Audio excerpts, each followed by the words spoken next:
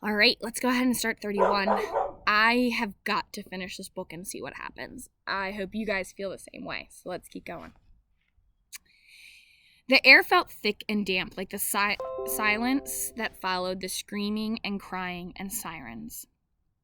The rain had slowed to a drizzle. After Mom and Dad left with the ambulance, Mrs. V took me out of the car and sat me in my chair.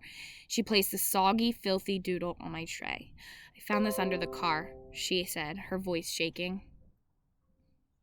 I touched it and burst into tears. As she rolled me to her house, she said, "We're going to clean Doodle up and have him waiting for Penny when she comes home. You hear?" I couldn't tell if she was trying to convince me or herself. I felt dizzy and nauseous. I could not stop shaking. After changing my clothes into warm, dry sweats, she switched the radio to an easy listening station and turned the volume down low. The only color I heard was gray. Mrs. V stood behind me, gently rubbing my shoulders. "Are you hungry?" she asked. I shook my head no.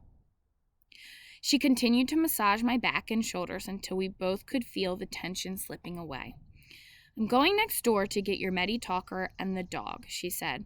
"You want anything else?" I shook my head and continued to listen to the tones of smoky gray. When she got back, Butterscotch seemed nervous. She kept pacing and sniffing as if she was looking for something.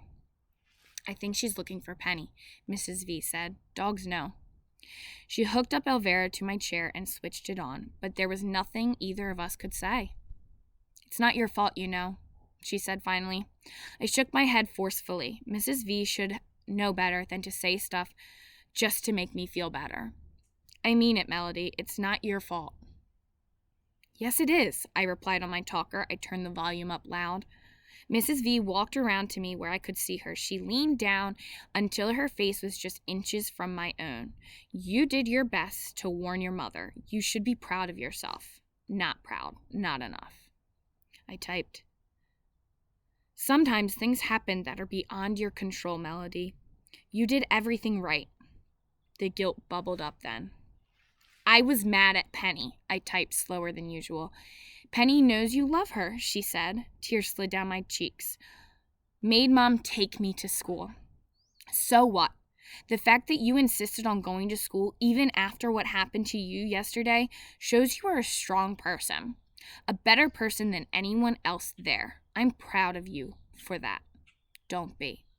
"I'm sure Penny will be fine," Mrs. V said then, but her voice said otherwise. For the first time I could remember, Mrs. V sounded unsure. "Will she die?" I had to know. "She was alive and breathing when the ambulance took her, so I'm going to believe that's still the case. Toddlers are very resilient, you know." I had to know something else. "Her brain messed up?" I asked.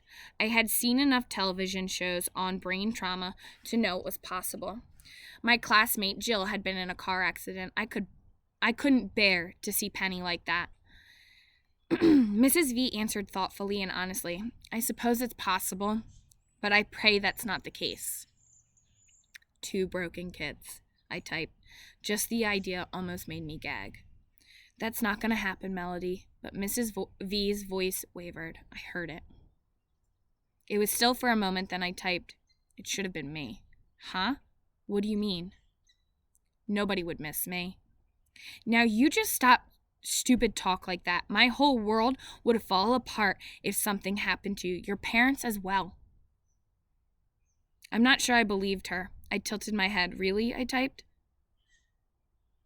"I plan to wear purple to your college graduation."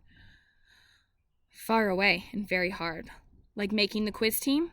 They left me. And they lost. I glanced out of her large picture window and watched the wet branches sway.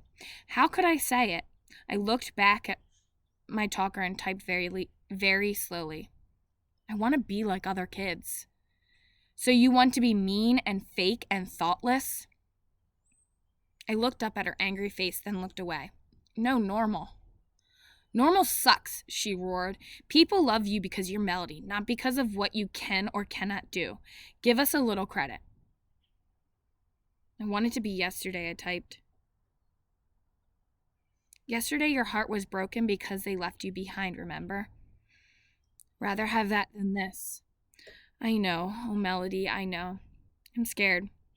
Me too. The silent room echoed our thoughts. I had a goldfish. He jumped out of his bowl. I typed then. I remember your mom telling me that. I tried to save him. Couldn't.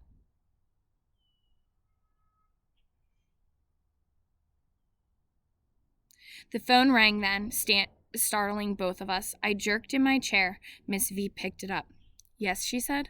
I strained to listen. Oh no, she said. My heart dropped beneath my chair.